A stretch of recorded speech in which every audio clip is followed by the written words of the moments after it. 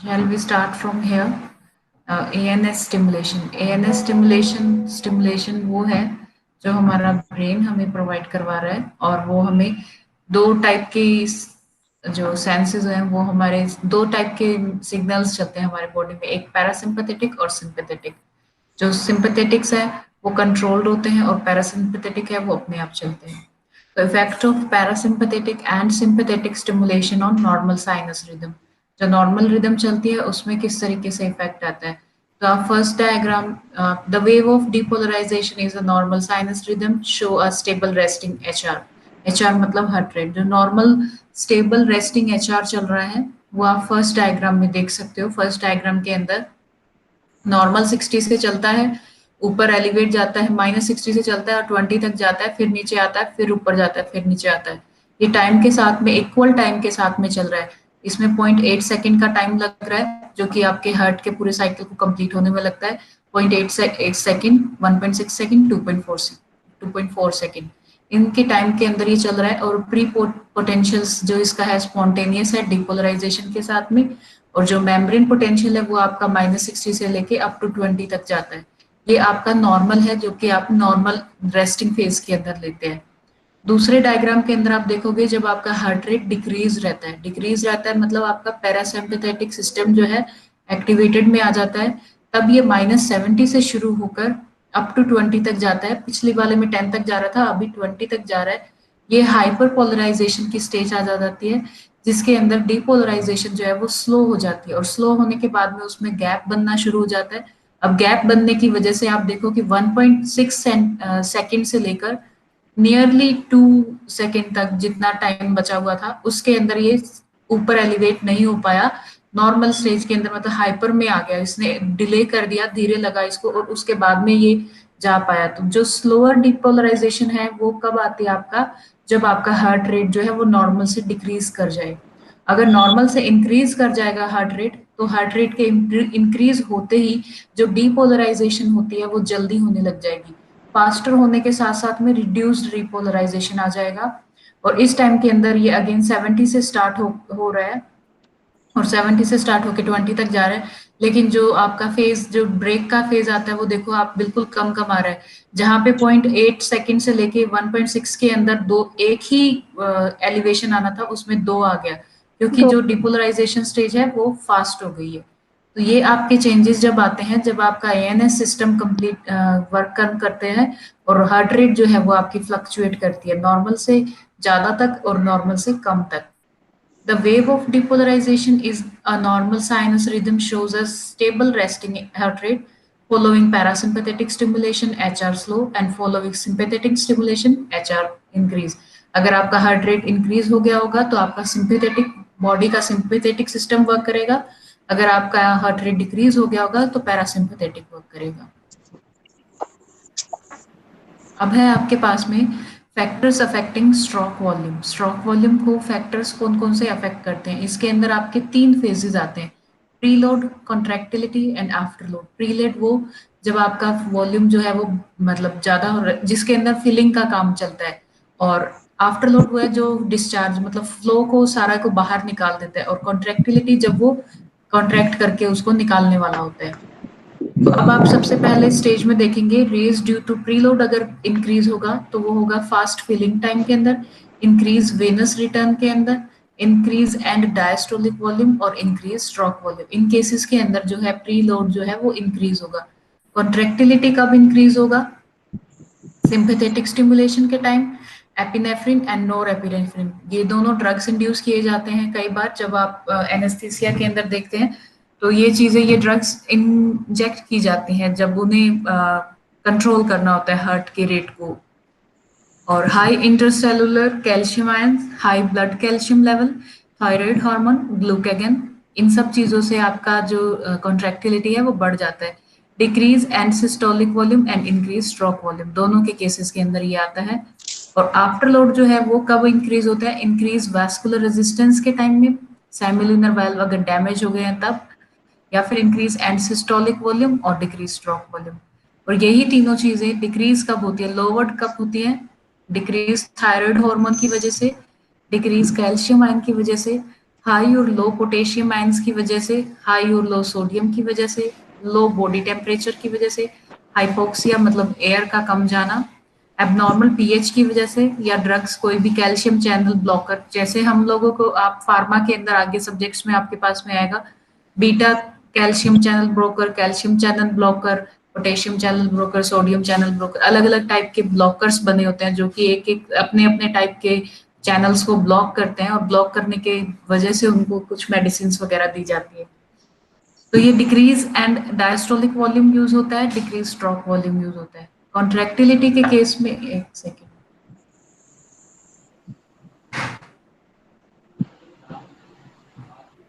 प्रियंका सैनी, हाँ, ओके। तो कॉन्ट्रैक्टिलिटी के केस के अंदर जब लेस कब होता है, पैरासिम्पथेटिक स्टिमुलेशन में, एसिटाइलकोलाइन के सिस्टम में, हाइपोक्सिया के केस में, हाइपरकैलेमिया के केस में, और इंक्रीज एंड सिस्टोलिक वॉल्यूम और डिक्रीज स्ट्रोक वॉल्यूम रहता है। तीसरे केस के अंदर आफ्टर लोड कब होता है, डिक्रीज वेस्कुलर रेजिस्टेंस हो तो वो कम हो जाता है, डिक्रीज एंड सिस्टोलिक वॉल्यूम और इंक्रीज स्ट्रोक वॉल्यूम। इनके major factor influencing stroke volume क्या क्या है, मल्टीपल फैक्टर्स हैं जो कि preload, afterload and contractility को अफेक्ट करते हैं and are the major consideration influencing SV node, ये स्ट्रोक वॉल्यूम। एसवी जो स्ट्रोक वॉल्यूम है इसको कौन कौन से फैक्टर जो है अफेक्ट कर रहे हैं, ये तीनों हैं, preload, contractility and after load. इनके जो इन पर जो काम करने वाली चीजें हैं वो इंक्रीज अप होना या डिक्रीज अप होना। तो इनके लिए कुछ सर्टेन हार्मोन्स है, कुछ जो आपके आयंस हैं या फिर ऑक्सीजन की कमी है, ये सारे फैक्टर्स जो हैं वो मिलके इन पे काम करते हैं और वो उसकी वजह से कभी तो ये इंक्रीज हो रहे हैं और कभी ये डिक्रीज हो रहे हैं, ये अलग अलग कंडीशंस पे वेरी करते हैं। Factor influencing cardiac output, cardiac output को इन्फ्लुएंस कौन से फैक्टर्स हैं जो करते हैं?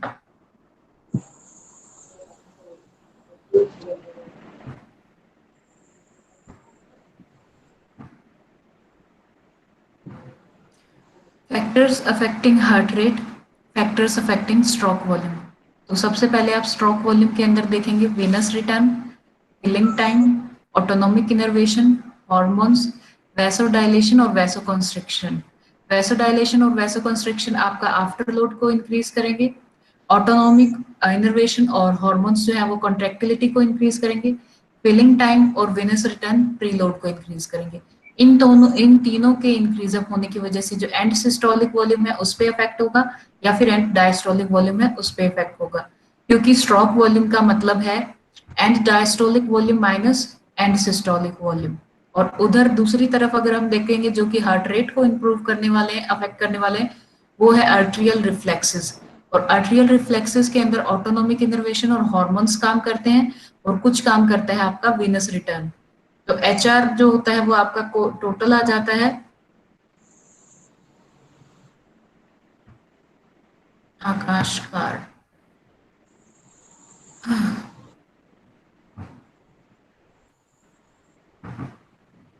तो आपका हार्ट रेट जो है वो कॉमन आ जाता है और कार्डियक आउटपुट जो है वो हार्ट रेट इनटू आपका स्ट्रोक वॉल्यूम बन जाता है। कार्डियक आउटपुट मतलब एक साइकिल के अंदर कितना मैक्सिमम आउटपुट आपको मिल सकता है, तो वो डिपेंड करता है आपके हार्ट रेट और आपके स्ट्रोक वॉल्यूम के ऊपर।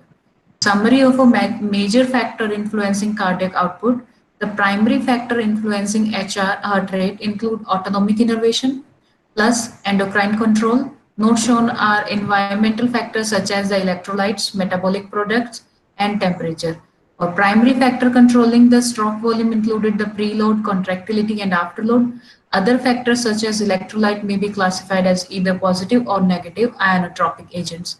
आपके पास में जब आपका हार्ट रेट है वो कुछ फैक्टर्स पे डिपेंड करता है और स्ट्रोक वॉल्यूम है वो कुछ फैक्टर पे डिपेंड करता है।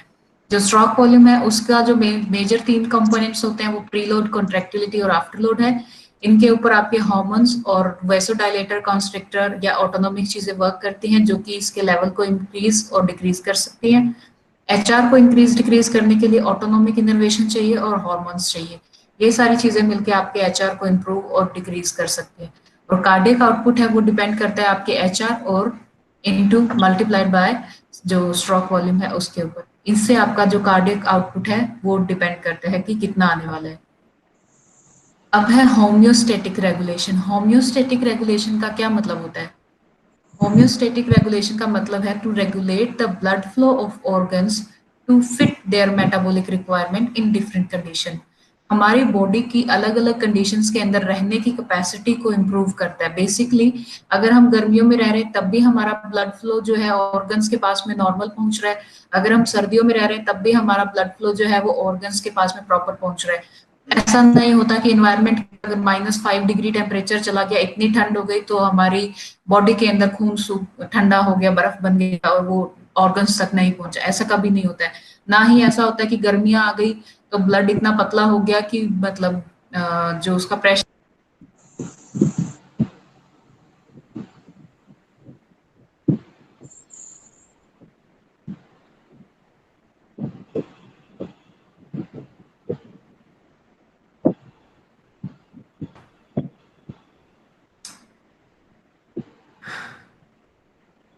बेटा अगर आवाज नहीं आ रही होती तो बता दिया करो। अभी मेरा माइक ऑफ कर दिया है प्रियंका सैनी आपने।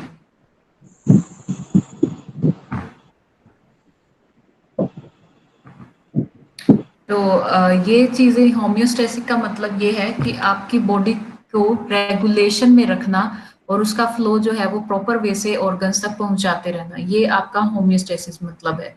And the regulation of blood flow are of three major types: neural, hormonal and local. तीन फैक्टर्स जिसके ऊपर आपका ब्लड फ्लो का रेगुलेशन में डिपेंड करता है वो है आपका न्यूरल और ह्यूमोरल और लोकल। हम इन तीनों वेज को अलग अलग तरीके से अभी देखेंगे। सबसे पहले हम लोग देख रहे हैं neural regulation of the circulation. Circulation पे न्यूरल इफेक्ट क्या आता है? Innervation of the circulatory system के अंदर सबसे पहले कार्डियक इनर्वेशन आता है, इनर्वेशन ऑफ ब्लड वेसल्स आता है, जिसके अंदर आपके पास में फर्दर आता है sympathetic vasoconstrictor, sympathetic vasodilator, parasympathetic nerve fibre to peripheral vessel. ये जो वैसोकंस्ट्रिक्टर और वैसोडाइलेटर का मतलब ये है कि वेसल्स को कंस्ट्रिक्ट यानी कि उसको चिपका देना या उनका सरफेस एरिया कम कर देना, मतलब वो पतली हो जाती है। वैसोडाइलेटर का मतलब है कि जो वेसल्स हैं उनको खोल देना या फिर वो अपने साइज से बड़ी हो जाती है, उनका जो डायमीटर है वो बड़ा हो जाता है।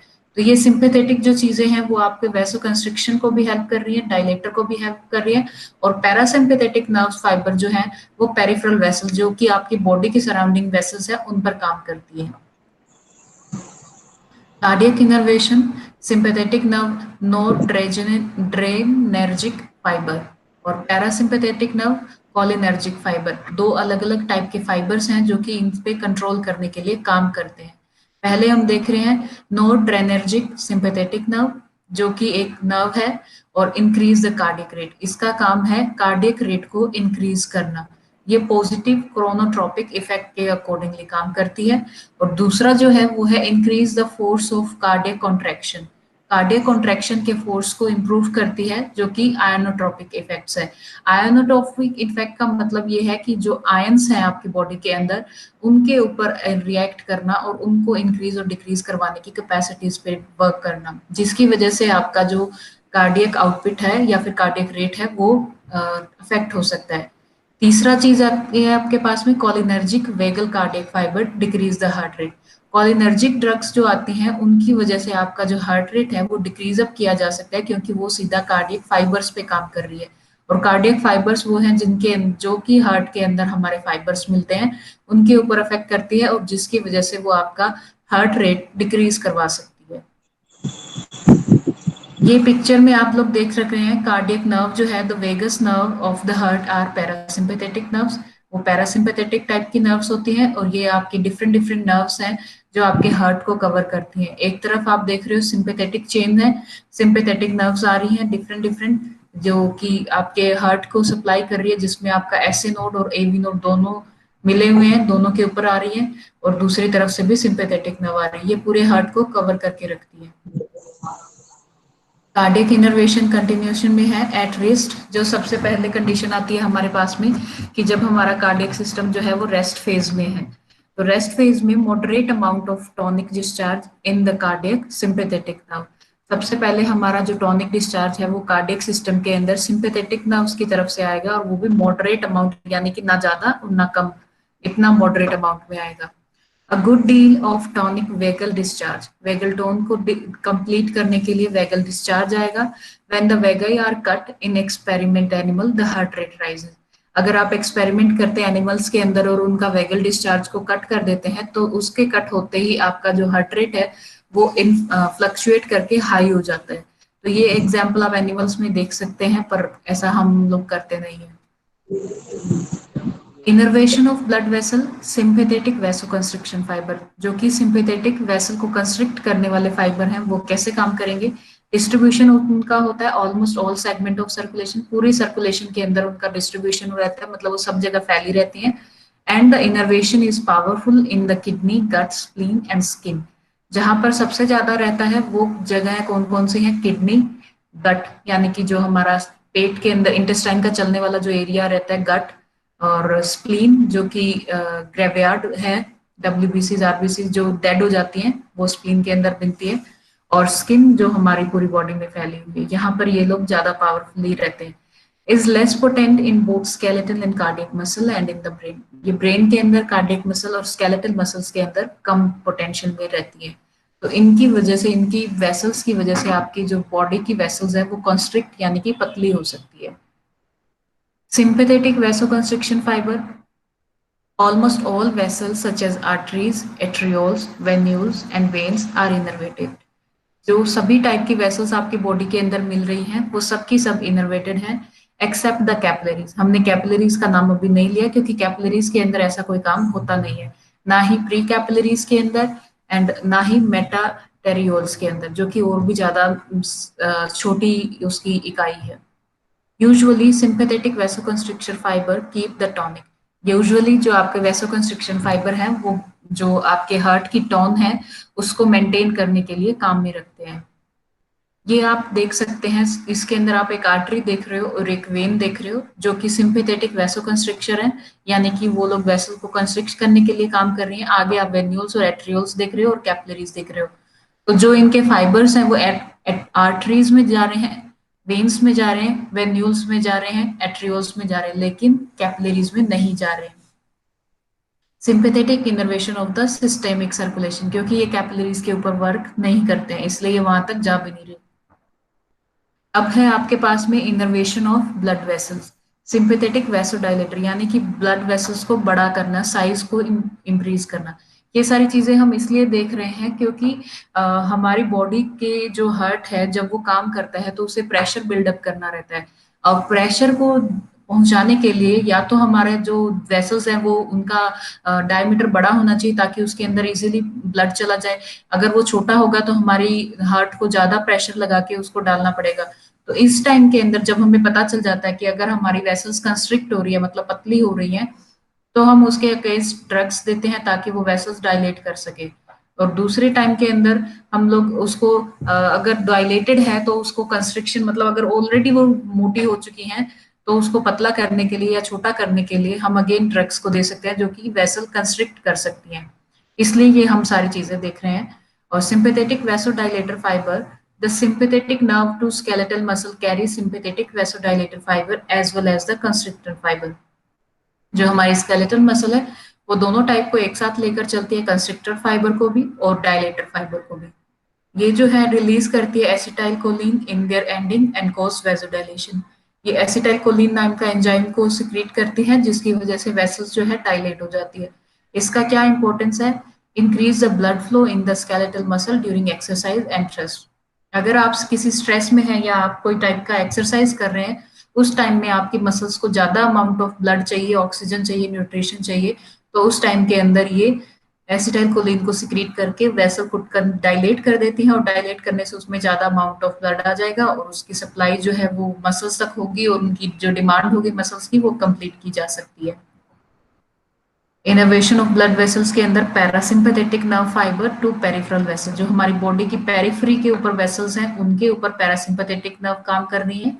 और parasympathetic nerve fibre innervate vessels of the blood vessel in meninges, salivary glands, liver, viscera in the pelvic and external genital। इन सब फैक्टर्स के ऊपर ज्यादा ज्यादा ब्लड वेसल्स काम करती हैं जैसे कि हमारा मेनिंजेस है, सैलिवरी ग्लैंड जो हमारे मुंह पे है, लीवर जो हमारी बॉडी में है, पेल्विस के अंदर जो विसरा है जिसमें हमारे जेनाइटल ऑर्गन्स बनते हैं, एक्सटर्नल जेनाइटल जो बाहर की तरफ है। और इसका इंपॉर्टेंस क्या है, regulate the blood flow of this organ in special situation. यहाँ पर ब्लड फ्लो स्पेशल सिचुएशंस के अंदर ये चेंज करती रहती हैं और अपने अकॉर्डिंगली काम करती हैं, इसमें हमारा कोई काम नहीं रहता। जैसे कि अगर आप फॉर एग्जांपल सैलिवरी ग्लैंड लेते हैं, तो सैलिवरी ग्लैंड जो है वो एक्टिवेट कब होती है, वो तभी एक्टिवेट होती है जब या तो हम खाने की बात कर रहे हैं, या हम खाना खा रहे हैं, या हमें खाना देख के कुछ लग रहा है। तो उन सब सिचुएशन के अंदर तीनों सिचुएशन अलग अलग है। लेकिन जो हमारा सैलिवरी ग्लैंड का सिक्रीशन है वो कब सबसे ज्यादा रहता है, जब हम कुछ खा रहे हैं, देख भी रहे हैं तब भी हमारा सिक्रीशन है, और अगर हम उस बारे में सोच भी रहे हैं तब भी हमारा सिक्रीशन है। लेकिन कितना सिक्रीशन होना चाहिए ये हम डिसाइड नहीं करते, ये पैरासिम्पैथेटिक सिस्टम है जो बॉडी का, वो डिसाइड करता है कि कितने अमाउंट में आना चाहिए। तो इसके ऊपर हमारा कोई कंट्रोल नहीं है। लेकिन ये इनके अंदर इसको सप्लाई करना, और इसलिए इसके अंदर जो ब्लड वेसल्स की सप्लाई जाती है वो सारा का सारा पैरासिम्पैथेटिक सिस्टम के अंदर आता है। सेकेंड फैक्टर जो हमारे पास में था, cardiovascular centre, to control the centre of cardiovascular activities in the nucleus group of different level. Different different level के ग्रुप के अंदर कार्डियोवैस्कुलर एक्टिविटीज का लेवल क्या क्या होता है। सबसे पहले जो लेवल अलग होगा स्पाइनल कॉर्ड में, यानी कि जो आपकी रीढ़ की हड्डी है उस पे, ब्रेन स्टेम जो आपके दिमाग का हिस्सा है, हाइपोथैलेमस अगेन आपके दिमाग का हिस्सा है, लिम्बिक सिस्टम भी, सेरिब्रल कॉर्टेक्स भी और सेरेबेलम भी, ये आपके दिमाग के अलग अलग हिस्से हैं जिनके ऊपर हमारे फैक्टर एक्टिविटीज जो है डिपेंड करती है। Cardiovascular centre of the brain stem, सबसे पहले हम ब्रेन स्टेम का सेंटर देख रहे हैं जिसके अंदर वैसो कंस्ट्रिक्टर एरिया रहता है, वैसो डायलेटर एरिया रहता है, कार्डियो इनहिबिटरी एरिया यानी कि कार्डियो जो रोकने की क्षमता रखने वाला एरिया है, और रिलाई स्टेशन ऑफ एफ्रेन नर्व यानी कि जहां पर एफ्रेन नर्व का आने का सिग्नल मिलता है वो स्टेशन। सबसे पहले देख रहे हैं हम वैसो कंस्ट्रिक्टर एरिया, जहां पर वेसल कंस्ट्रक्शन होने के लिए आपको सिग्नल्स मिलते हैं, न्यूरोट्रांसमीटर आते हैं। The cardiac sympathetic centre and the sympathetic vaso constrictor centre. इस पिक्चर के अंदर आप ब्रेन की पिक्चर देख रहे हो जो कि लंबाई के अंदर है, जिसमें आप सेरिबेलम देख सकते हो और कॉर्डल या स्पाइनल कॉर्ड देख सकते हो। Yes, sir. तो इसमें डोर्सल और जो हाइपोथैलेमस का लेटरल पार्ट है वो भी देख सकते हो। तो इन सब के अंदर आप लोग जब नर्व को देखते हैं तो हमारी नर्व्स जो कंडक्शन का काम कर रही हैं वो अलग अलग सिस्टम के अकॉर्डिंग काम कर रही हैं। जहाँ पर वो हम लोग मेन बेसिकली देख रहे हैं वो है वेसल कंस्ट्रिक्शन होने का सेंटर, यानी कि यहाँ से हमारे पास में सिग्नल जाते हैं कि अब हमें वेसल को कंस्ट्रिक्ट करनी है। मेडुला पार्ट से आप देख रहे हो सिग्नल्स निकल रहे हैं और वो सिग्नल्स आगे तक जा रहे हैं, जो कि पेरी क्वाड्रिल ग्रे मैटर जो है उसमें भी जा रहे हैं और पैरावेंट्रिकुलर न्यूक्लियस तक जा रहे हैं और लेटरल हाइपोथैलेमस एरिया तक जा रहे हैं। यहाँ पर जाने के बाद में वो लोग वैसो कंस्ट्रक्शन के सिग्नल्स को आगे तक भेज रहे हैं। वैसोडाइलेटर जहाँ पे डायलेशन का सिग्नल मिलता है, आप इस सिग्नल के लिए भी आप देख सकते हो सेम डायग्राम के अंदर मेडुला जो है वो सिग्नल्स प्रोवाइड करवा रहा है आपके पास में, और अलग अलग सेरिबेलम तक के सिस्टम और paraventricular nucleus system, dorsal system, lateral hypothalamic area और पेरी क्वाड्रेंटल ग्रे एरिया, इन सब के अंदर मैसेजेस जा रहे हैं कि अब उन्हें वेसल्स को डायलेट करना है। इसका क्या काम है, ये काम जो आपको वेसल्स को मोटा करना या चौड़ा करने का काम है वो कंट्रोल करता है। कार्डियो इनहिबिटरी एरिया यानी कि जो आपकी कार्डियक एक्टिविटीज है उनको रोकने का एरिया, जहां पर सिग्नल जाता है कि अब उसे रोक देना है। Dorsal vagal nucleus and nucleus ambiguus, the cardiac vagus centre, ये आपको दिखाई देंगे। अभी मे बी आपको ऐसा लग रहा होगा कि ये तो ब्रेन का पार्ट है और कुछ खास समझ में आ नहीं रहा। ये इसलिए नहीं आ रहा है, मतलब ये ज्यादा ऊपर से इसलिए जा रहा है क्योंकि ये ब्रेन का पार्ट है। अभी आप लोगों को एनाटॉमी सब्जेक्ट के अंदर आपके पास में हेड नेक ब्रेन नाम से अलग बुक होगी, जिसमें आपको हेड नेक ब्रेन तीनों चीजें पढ़ाई जाएंगी। उसमें ब्रेन को आपको कंप्लीटली दिखाया जाएगा और ब्रेन के हर एक पार्ट का आपको सिग्निफिकेंस बताया जाएगा, तब आपको ये चीजें दोबारा से बताई जाएंगी। अभी जो रिस्पेक्ट में मैं बता रही हूँ मैं सिर्फ कार्डियक रिस्पेक्ट में बता रही हूँ, तो आपको ये एक आइडिया, ब्रीफ आइडिया रहेगा कि ब्रेन जो है वो पैरासिम्पैथेटिक और सिंपैथेटिक और इनहिबिटरी एक्शंस के अंदर पार्ट लेता है, यानी कि काम करता है। जो आपका न्यूक्लियर ऑफ सॉलिटरी ट्रैक्ट है to accept the integrated afferent impulses and then affect other centres. आपके एफरेंट और इफरेंट दो टाइप की सिग्नल्स रहते हैं, एक में आना, सिग्नल्स का आना बॉडी की तरफ, और दूसरे में जो एक्शन लेना है उसकी कमांड लेकर जाना एक्शन के अंदर। तो वो दोनों सिग्नल अलग अलग ब्रेन से हमारे पास में निकलते हैं। जैसे अगर फॉर एग्जाम्पल आपकी बॉडी को कोई सुई चुभी, चुभते ही जो आपका कंडक्शन होगा नर्व का, वो ब्रेन तक जाएगा, मैसेज लेकर जाएगा कि उसको सुई चुभी, और उसके बाद में जो मैसेज आएगा कि सुई चुभी है तो एक्शन क्या लेना है, पैर को साइड हटाना है, और पैर को साइड हटाने का जो एक्शन होगा वो भी आपके कमांडिंग के अंदर ही जाएगा, तो वो डिफरेंट टाइप का भी आ जाएगा। तो ये कार्डियो इनहिबिटरी एरिया है जहाँ पे dorsal vagal nucleus and nucleus ambiguus काम कर रहे हैं कार्डियक वैगस सेंटर के अंदर, और रिले स्टेशन है जहाँ पे एफरेंट नर्व आकर मिलती हैं, और ये nucleus of solitary tract to accept the integrated afferent impulses and then the affect other centres, और इसके बाद में ये अलग अलग सेंटर्स पे वर्क कर रहे हैं। इसमें अगेन आप मेडुला के पास से सिग्नल निकलते हुए जाते हुए देख सकते हो।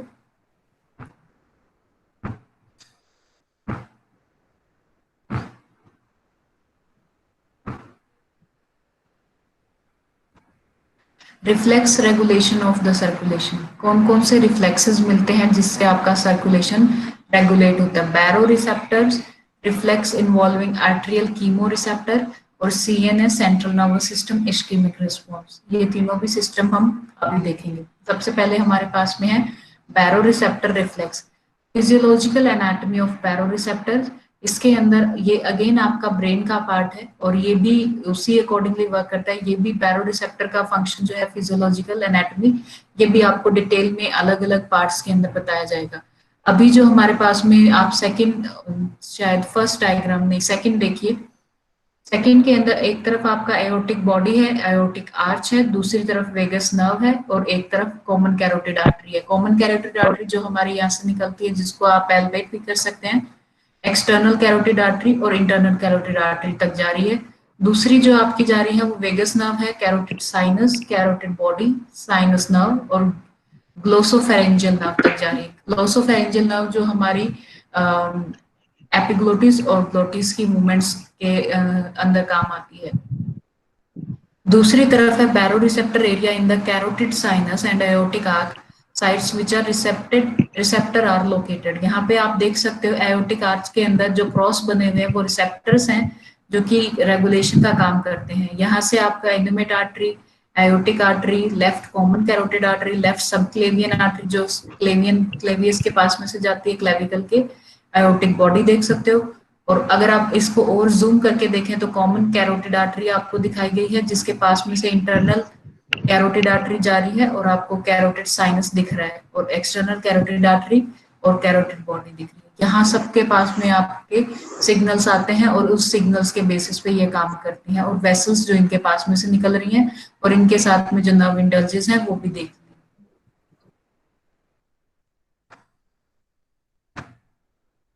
अब मेन है आपके पास में carotid sinus at the bifurcation of the common carotid artery. जब कॉमन कैरोटिड आर्टरी दो हिस्सों में बट रही है, उस टाइम में the root of internal carotid artery shows a little bulge. जो लिटिल आपकी जो कैरोटिड आर्टरी जहां से बाइफर्केट हो रही है, वहां पर एक स्मॉल और छोटा सा बल्ज या फिर उभरा हुआ पार्ट बना हुआ है। आप सबसे नीचे देखोगे तो एओर्टिक बैरो रिसेप्टर के बाद में जो आर्टरी है वो दो हिस्सों में बट रही है, और एक तरफ आपका बड़ा सा बल्ज है stretch receptor in the adventitia, इसमें आपके स्ट्रेच रिसेप्टर हैं, are sensitive to arterial pressure fluctuation, और ये इतनी सेंसिटिव है कि ये आर्टेरियल प्रेशर अगर फ्लक्चुएट करेगा तो ये सिग्नल दे सकती हैं। और ये सिग्नल्स जैसे आपके ऊपर से ब्रेन से नीचे से आपके ब्रेन के नीचे वाले पार्ट से आपके पास में सिग्नल आ रहे हैं ग्लोसोफेरेंजियल नर्व के, जो कि आपके ग्लोटिस एपिग्लोटिस तक है। हियरिंग नर्व आ रही है आपकी, कैरोटिड बॉडी और कैरोटिड साइनस दोनों बन रहे हैं, वहां पर आपके पास में नर्व आ रही है। वेगस नर्व जो फुल नीचे तक आई है आयोटिक बैरो रिसेप्टर तक। ये आपका बैरो रिसेप्टर सिस्टम है फॉर कंट्रोलिंग आर्टेरियल प्रेशर, यानी कि आर्टरीज के अंदर जो प्रेशर है उसको रेगुलेट करने का जो सिस्टम है वो ये वर्क करता है। देन आयोटिक आर्च, जो आर्च हमने देखा था baroreceptor in the adventitia of the arch of aorta, aorta के आर्क के अंदर ये रहते हैं।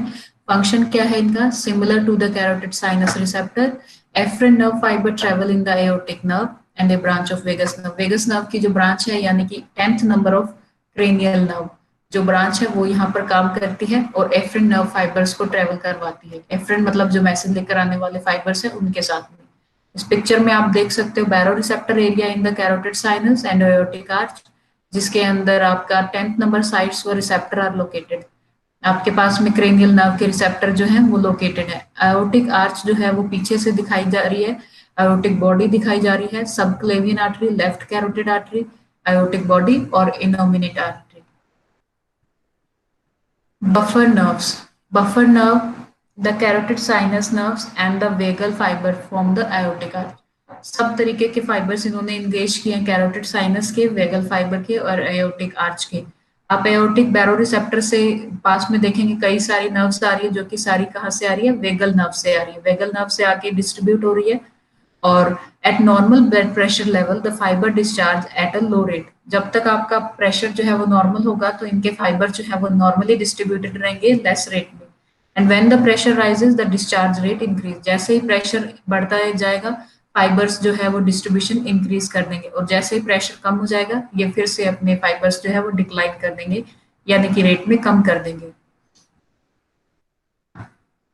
Concept and mechanism of the baroreceptor reflex. Baroreceptor reflex के अंदर काम करने का सिस्टम कैसे बनता है? Any drop in systemic arterial pressure decrease the discharge in the buffer. जैसे ही आपका आर्टेरियल सिस्टम के अंदर प्रेशर डिक्रीज होता है, कम होता है, वैसे ही डिस्चार्ज जो है आपका बफर नर्व्स का वो डिक्रीज हो जाता है और there is a compensatory rise in blood pressure. और जब अगर आपका बफर नर्व जो है वो डिस्चार्ज में कम हो जाएंगी, उसको कम को रोकने के लिए और उसको कॉम्पनसेट करने के लिए आपका जो ब्लड प्रेशर है वो इंक्रीज हो जाएगा और आपका कार्डियक आउटपुट भी इंक्रीज हो जाएगा। और जैसे ही कार्डियक आउटपुट इंक्रीज हो जाएगा, ब्लड प्रेशर इंक्रीज हो जाएगा, आर्टेरियल प्रेशर जो है वो जो ड्रॉप हुआ था वो अप हो जाएगा। On the contrary the opposite, क्योंकि ये ऑपोजिट वर्क करती है। Importance of the baroreceptors. Baroreceptor जो रिफ्लेक्स है उसकी क्या जरूरत है? Tonic regulation of blood pressure, जो आपके कार्डियक साइकिल की टोन है उसको रेगुलेट करते हुए ब्लड प्रेशर को रेगुलेट रखना। Keep the arterial pressure relatively constant, arteries का जो प्रेशर है उसको रिलेटिवली कांस्टेंट रखना। प्रेशर जब buffer system, reduce the blood pressure fluctuation during the daily event. Daily event के अंदर ब्लड प्रेशर को रेगुलेट करना, such as changing the posture. जैसे कि आप एक पोस्चर से दूसरे पोस्चर में आ रहे हो, मतलब आप लेटे हुए से बैठने में आए हो, बैठे हुए से दूसरी पोजीशन में बैठने में आए हो, तो आपका प्रेशर जो है वो मेंटेन रहता है। रेस्पिरेशन के दौरान एक्साइटमेंट एंड सो फॉर्थ। अगर आप किसी चीज को लेकर एक्साइटेड हो, इन दैट केस ऑल्सो आपका ब्लड प्रेशर जो है वो रेगुलेशन में रहता है। बैरोरिसेप्टर रीसेटिंग, कैसे रीसेट करते हैं? Baroreceptor will adapt to the long term change of blood pressure। long term change जब ब्लड प्रेशर के अंदर आता है तब बैरोरिसेप्टर उसको अपने अंदर अडेप्ट करते हैं। मतलब ये कि ब्लड प्रेशर बहुत लंबे टाइम तक आपका अलग अलग टाइमिंग के अंदर चेंज होता रहता है, कभी ब्लड प्रेशर हाई रहता है, कभी लो रहता है, तो ये बार बार चेंज रहता है और कुछ महीनों तक चलता रहता है। तब आपके बैरोरिसेप्टर जो है वो इस बात को एक्सेप्ट करते हैं। If the blood pressure is elevated for a long period of time, अगर आपका ब्लड प्रेशर जो है वो बढ़ गया है काफी टाइम के लिए, तो सेवरल डेज और years set point will transfer to elevated mean blood pressure. और उस टाइम को ब्लड प्रेशर को रेगुलेट करने के लिए आपके काफी टाइम लग जाता है, कुछ महीने से लेकर कुछ साल तक। उसके बाद में baroreceptor reflex is not a long term control system. Baroreceptor का जो रिफ्लेक्स है ये बहुत लंबे टाइम का कंट्रोल सिस्टम नहीं है। Unimportant for long term regulation of arterial pressure. ये आर्टेरियल प्रेशर को बहुत ज्यादा लंबे टाइम तक रेगुलेशन के अंदर लाके नहीं रह सकता, इसकी इतनी फंक्शनल कैपेसिटी नहीं है। Then reflexes involving arterial chemoreceptor। Arteries के जो कीमोरिसेप्टर है, केमिकल रिलेटेड रिसेप्टर्स हैं, उनके रिफ्लेक्सेस क्या है? Chemoreceptors situated in the carotid body and aortic body. Aortic body और कैरोटिड बॉडी दोनों के अंदर कीमोरिसेप्टर्स जो हैं वो बने रहते हैं। इन दोनों डायग्राम्स के अंदर अगर आप ध्यान से देखोगे तो एक तरफ आपको आयोटिक बॉडी, सेकेंड डायग्राम के अंदर आपको अलग से आयोटिक बॉडी दिखाई गई है और उस बॉडी के थ्रू आपका काम रहता है। और जो फर्स्ट डायग्राम है उसमें ऊपर वाला जो डायग्राम है उसमें भी आपको कैरोटिड बॉडी दिखाई गई है, जहाँ पे आपके कीमो रिसेप्टर्स रहते हैं, केमिकल रिसेप्टर्स, और वो अपने जैसे ही उनको केमिकल रिस्पॉन्स मिलता है वो एक्टिवेट होकर अपना काम करते हैं। रिफ्लेक्सेस इन्वॉल्विंग आर्टेरियल कीमोरिसेप्टर, ऐसे कौन से रिफ्लेक्सेस हैं जो आर्टरीज के कीमोरिसेप्टर पे काम करते हैं? Have a rich high blood supply,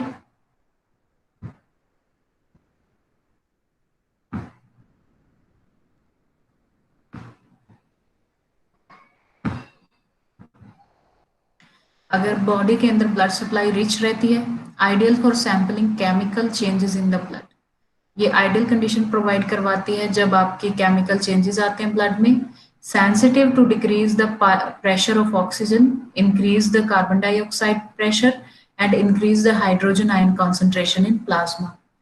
efferent के अंदर जो कि लाने वाले फाइबर हैं, carotid body afferent fibre, carotid sinus nerve और ग्लोसोफेरिंजियल नर्व, ये इसका रूट है। जब सबसे पहले कैरोटिड बॉडी एफरेंट नर्व लाती हैं, उसके बाद में कैरोटिड साइनस एक्टिवेट रहता है और उसके बाद में ग्लोसोफेरिंजियल नर्व एक्टिवेशन में आता है।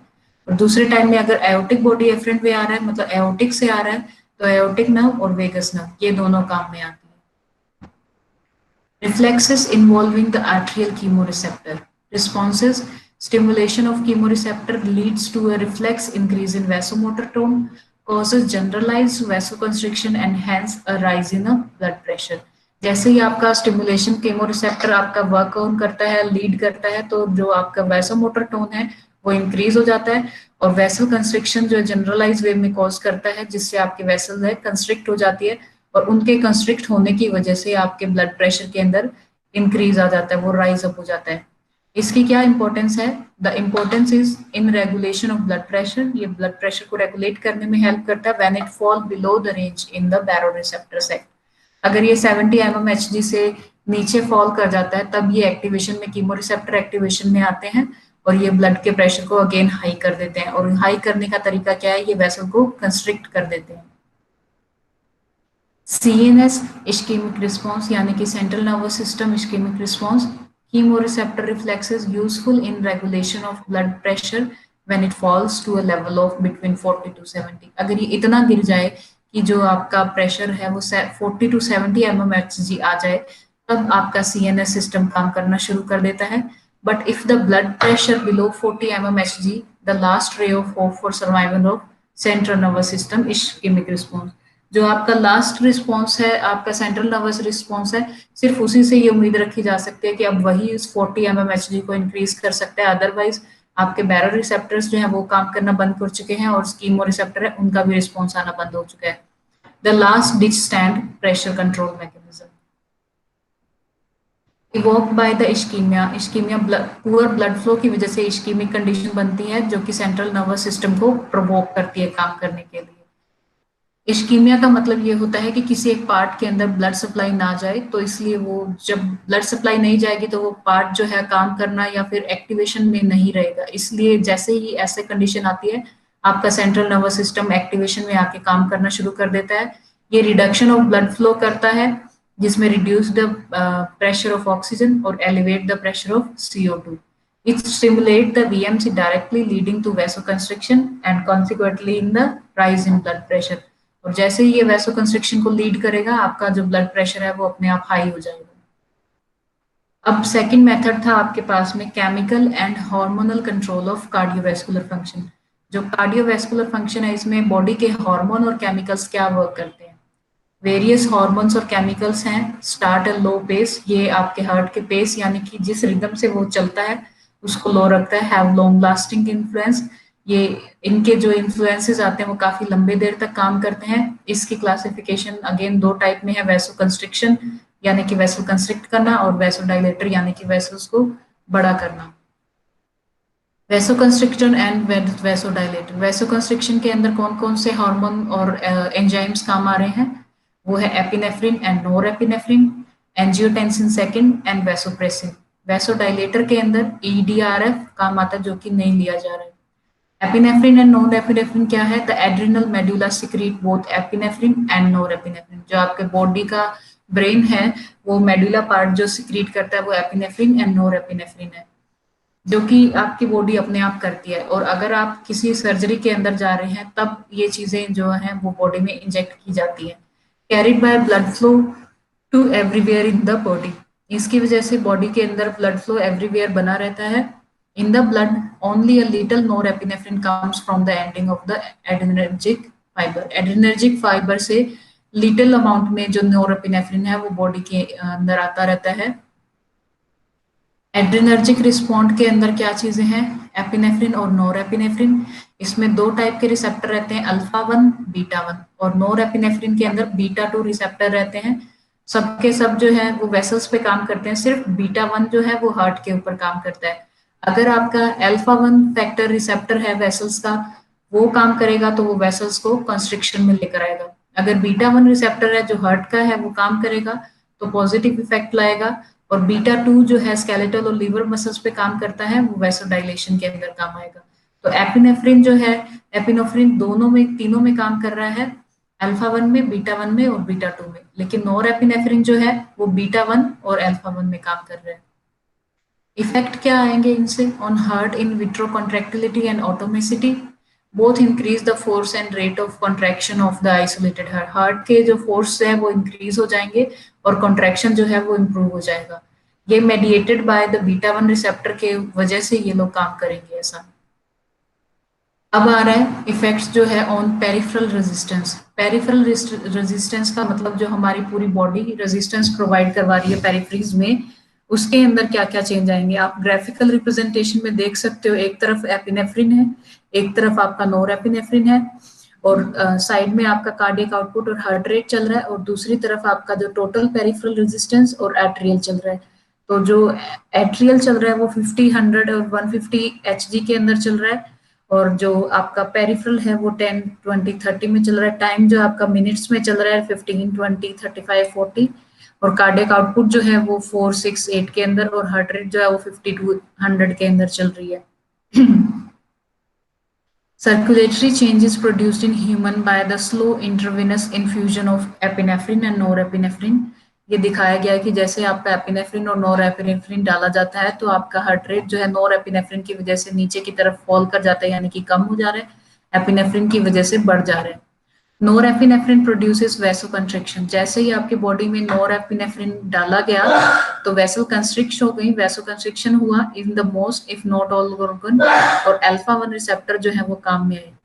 जैसे ही एपिनेफ्रिन डाला गया डायलेट करता है ये वेसल्स को, स्केलेटल मसल्स की और लीवर को, और बीटा 2 रिसेप्टर काम में आने लगे। Over balance the vasoconstriction produced by the epinephrine and total peripheral resistance drop, और पूरा जो टोटल पेरिफेरल सिस्टम था रेजिस्टेंस का वो ड्रॉप हो जाता है।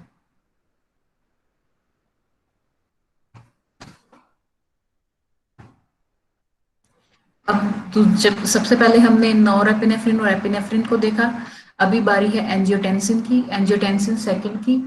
ये वेरी पोटेंट वैसोकंस्ट्रिक्टर, अगेन ये वैसोकंस्ट्रिक्शन यानी कि वेसल्स को कंट्रैक्ट करने के काम में आता है। Formed in the plasma through a chain reaction, ये प्लाज्मा के अंदर रहता है चेन रिएक्शन में। ये ट्रिगर करता है rennin release from the kidney, और किडनी से जो रेनिन नाम का एंजाइम रिलीज होता है उसको ट्रिगर करता है, उसको बढ़ाता है। Renin is release from the kidney in response to renal ischemia. अगर आपकी किडनी के अंदर इश्कीमिक कंडीशन आती है, मतलब उसमें ब्लड सप्लाई नहीं आ रही है, उस केस के अंदर रेनिन को ये इम्प्रूव करता है और बढ़ाता है इसके सिक्रेशन को, which may be due to fall in blood pressure. और ये ऐसा इसलिए हो सकता है क्योंकि आपका बॉडी का ब्लड प्रेशर जो है डाउन हो गया, जिसकी वजह से किडनी को सिक्रेशन नहीं मिला, और ना मिलने की वजह से, ब्लड नहीं मिलने की वजह से किडनी ने रेनिन नाम के सब्सटेंस को रिलीज किया। और रेनिन जो है वो बाहर आते ही एंजियोटेंसिन 1 पे काम करता है, जो कि कन्वर्ट एंजाइम को कन्वर्ट करता है और एंजियोटेंसिन सेकंड बनाता है, और एंजियोटेंसिन सेकंड बनते ही वेसल्स कंस्ट्रिक्ट हो जाती है, और वेसल कंस्ट्रिक्शन होने की वजह से जो आपका प्रेशर है फिर से हाई हो जाता है, और हाई होने के बाद में सप्लाई बन जाती है। Effects of angiotensin 2, powerful constrictor है, ये वेसल्स को कंस्ट्रिक्ट करता है powerfully. Reflex aldosterone from the adrenal cortex, act on the brain to create the sensation of thirst, inhibit the baroreceptor reflex, and increase the release of norepinephrine from the sympathetic postganglionic fibers। ये again norepinephrine के stimulation करवा देता है कि norepinephrine secrete हो जाए।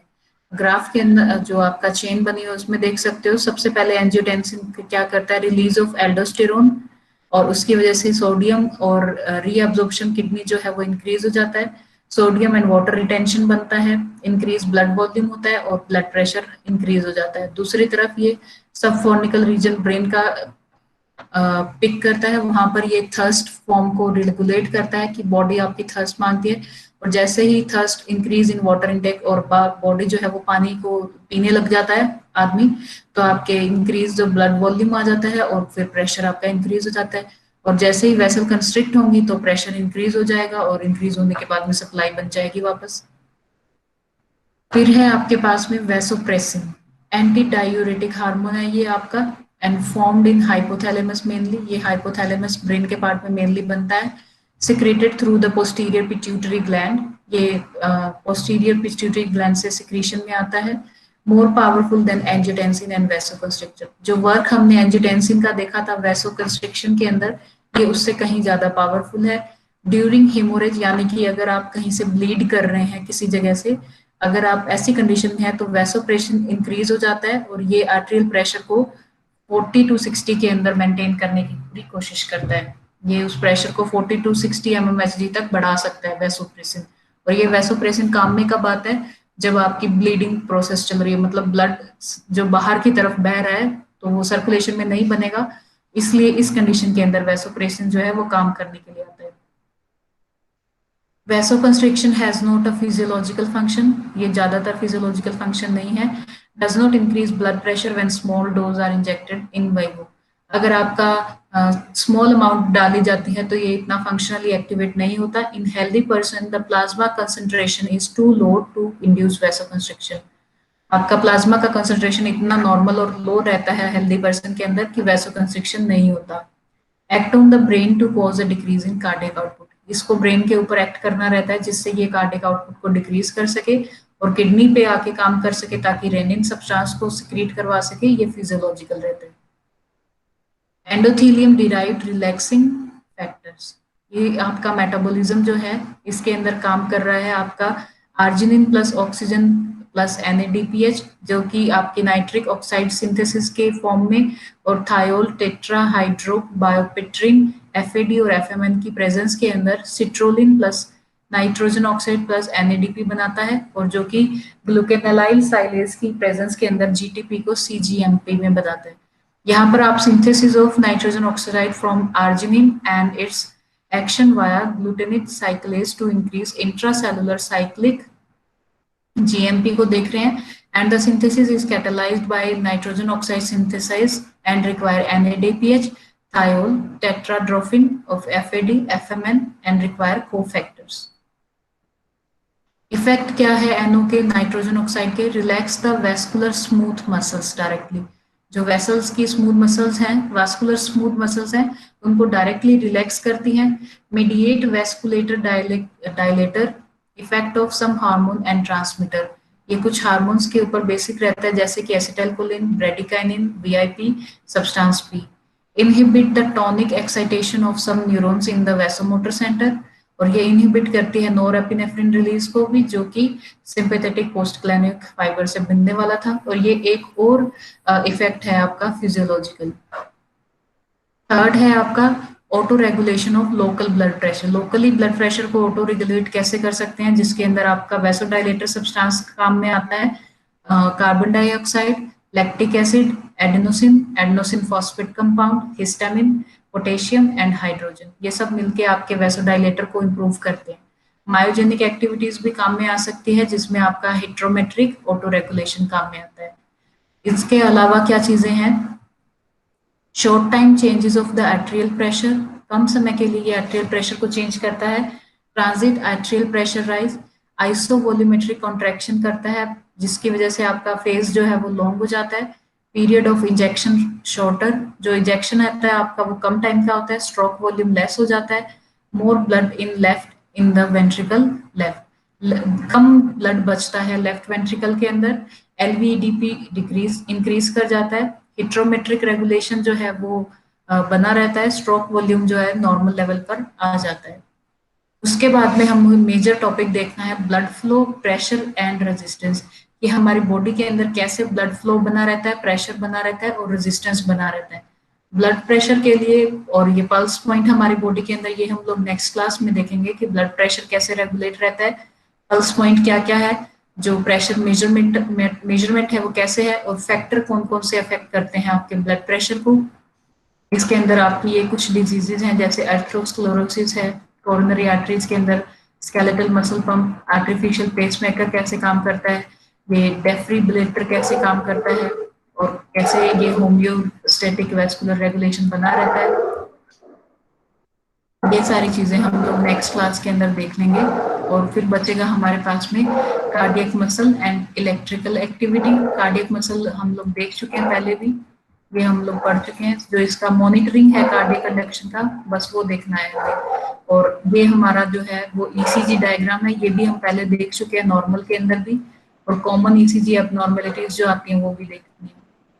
तो इसके बाद में हमारा जो चैप्टर होगा वो नेक्स्ट लेक्चर के अंदर ऑलमोस्ट कंप्लीट हो जाएगा। अभी जो हम लोगों ने देखा था इसके अंदर हमने पूरा जो बॉडी का होम्योस्टेटिक्स रेगुलेशन है कि कैसे हमारी बॉडी अपने आप से ब्लड प्रेशर को रेगुलेट करने की कोशिशें करती है, वो किन किन चीजों पर डिपेंड करती है, और ब्रेन जो है वो उनमें किस रोल से प्ले होके उसमें एक्टिवेशन में आता है और कैसे वो उसका काम करता है। तो ये सारी चीजें जो थी आप लोगों ने देख ली। अगर कोई डाउट है या कोई क्वेरीज है तो अभी आप लोग पूछ सकते हो मुझसे। कोई भी प्रॉब्लम हो इससे रिलेटेड तो आप बता सकते हो।